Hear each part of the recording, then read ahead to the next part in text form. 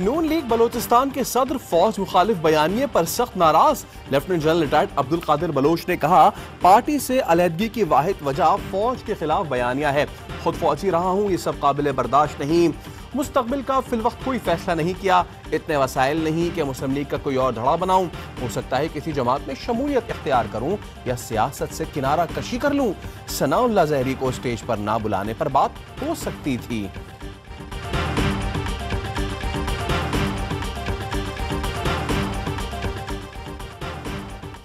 Abdul Qadir Bloch की मर्जी है, जो चाहे करें। नून लीग के रहनुमा शाहिद खान अब्बासी कहते हैं, अब्दुल कादिर बलोच की अपनी सियासत तबाह होगी। चौधरी निसार का फैसला सबके सामने है। अब्दुल कादिर बलोच का फैसला उनको मुबारक हो। जमहूरी आईनी बयानिए का बोझ नहीं उठा सकते तो घर बैठे।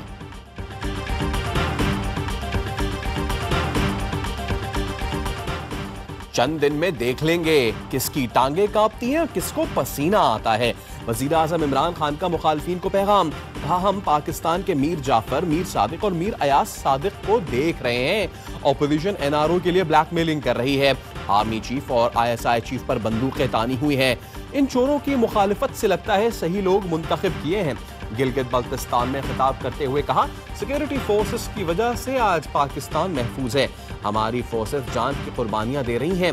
नरेंद्र मोदी की हुकूमत ने हर तरह का इंतशार फैलाया।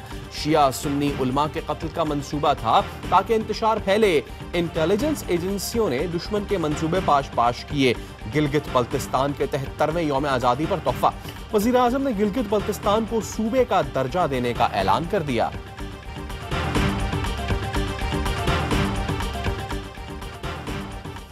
करप्शन के रिकॉर्ड तोड़कर कहते हैं, एनआरओ नहीं दूंगा। आपने चीनी, आटा चोरों और सिलाई मशीन से इमारतें खड़ी करने वालों को एनआरओ दिया। बिलावल भुट्टो का गिजर में खिताब, कहा मोदी के जीतने और कुलभूषण को एनआरओ दिलवाने की कोशिश करने वाला हम पर भारत नवाजी का इल्जाम लगाता है। इन्हें अचानक याद आ गया कि गिलगित बल्तिस्तान को सूबा बनाना है। वजीर आजम से पूछा जाए, सूबा बनाना आपका वादा है तो मंशूर में क्यों नहीं? इमरान इंतखाबात से पहले तो बहुत ही झूठ बोलते हैं। गिलगित के अवाम को सेलेक्टेड की तबाही से बचाना है। जवाब मांगा जाए तो गद्दारी के फतवे देते हो।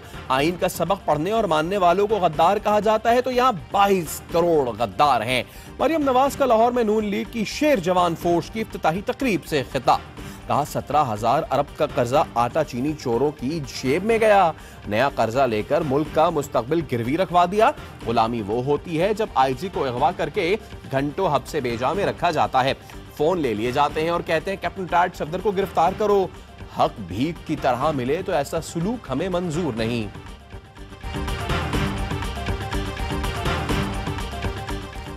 अयाज सादिक की जुबान नहीं फिसली, गेम प्लान आगे बढ़ाया। लॉबिस्ट से मुलाकात में दो चीजों पर इत्तफाक हुआ, इनकी ख्वाहिश एनआरओ, उनकी ख्वाहिश पाकिस्तान का अदम इस्तेहकाम। वफाकी वजीर मवासलात मुराद सईद कहते हैं, टांगे उसकी कांप रही हैं जो हुकूमत के बुलाने के बावजूद छुप रहा है। टांगे हराम की कमाई करने वालों की ही कांपती हैं।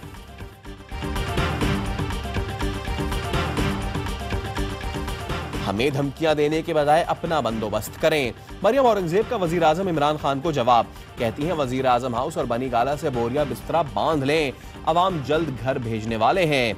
अज़मा बुखारी ने कहा, शाह महमूद कुरैशी की टांगे कब से रियासत हो गई? पीटीआई से बुलवतनी का सर्टिफिकेट मांगना ऐसा है जैसे इमरान खान से कैरेक्टर सर्टिफिकेट। शहबाज गिल फयाजुल हसन चौहान से तमीज और अलीमाबादी से खैरात चोरी का सर्टिफिकेट मांगना। राना सनाउल्लाह ने पेशकश की, आए बैठे मसाइल पर तवज्जो दें। नवाज शरीफ को किसी इदारे और किसी शख्सियत से कोई मसला नहीं। अयाज सादिक कहते हैं, हुकूमत मेरी बात को अफवाज पर डाल रही है जो मुनासिब नहीं।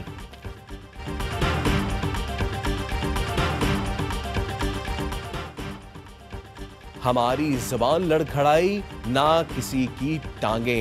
हिंदुस्तान ने पाकिस्तान की तरफ कदम बढ़ाया तो टांगे तोड़ने को तैयार हैं। फवाद चौधरी कहते हैं फैसला करना होगा पाकिस्तान के अंदर हिंदुस्तान के एजेंटों के साथ क्या सलूक होना चाहिए। वजीर आला पंजाब उस्मान बुज़दार कहते हैं अपोजिशन रहनुमाओं का बयानिया भारत को फायदा पहुंचा रहा है, इदारों के खिलाफ बातें करने वालों का कोई मुस्तकबिल नहीं। मुस्लिम लीग ज़िया के सरबराह एजाजुल हक ने दावा किया कि अयाज सादिक को बयान देने के लिए कहा गया। लंदन से फोन आया कि डटे रहो, बाहर बैठकर मुल्क के खिलाफ बात करना आसान है। नवाज शरीफ दलेर हैं तो मुल्क वापस आए। मुल्क और फौज के खिलाफ नया बयानिया दुश्मन का हो सकता है, मुल्क के खैर खा का नहीं। कारगिल जंग के दौरान पाकिस्तान ने भारतीय फ्लाइट लेफ्टिनेंट पकड़ा था। नवाज शरीफ ने उसे वीआईपी मेहमान बनाने के बाद भारत को दिया था। पायलट का नाम कंबमपति नाचिकेता, उम्र 28 साल थी। फयाज हसन चौहान का दावा, कहते हैं नवाज शरीफ का बयानिया जिंदाल के साथ दोस्ती, कारोबार और अरबों डॉलर्स लूट कर मुल्क से फरार होना है। मरियम सफदर मुल्क और कौम पर तो रहम नहीं कर रही, अपनी पार्टी पर ही कर ले। शेर जवान फौज का ऐलान नून लीग की तबाही साबित होगा। वजीर आजम इमरान खान का ध्यामिर बादशाह डैम साइट का दौरा।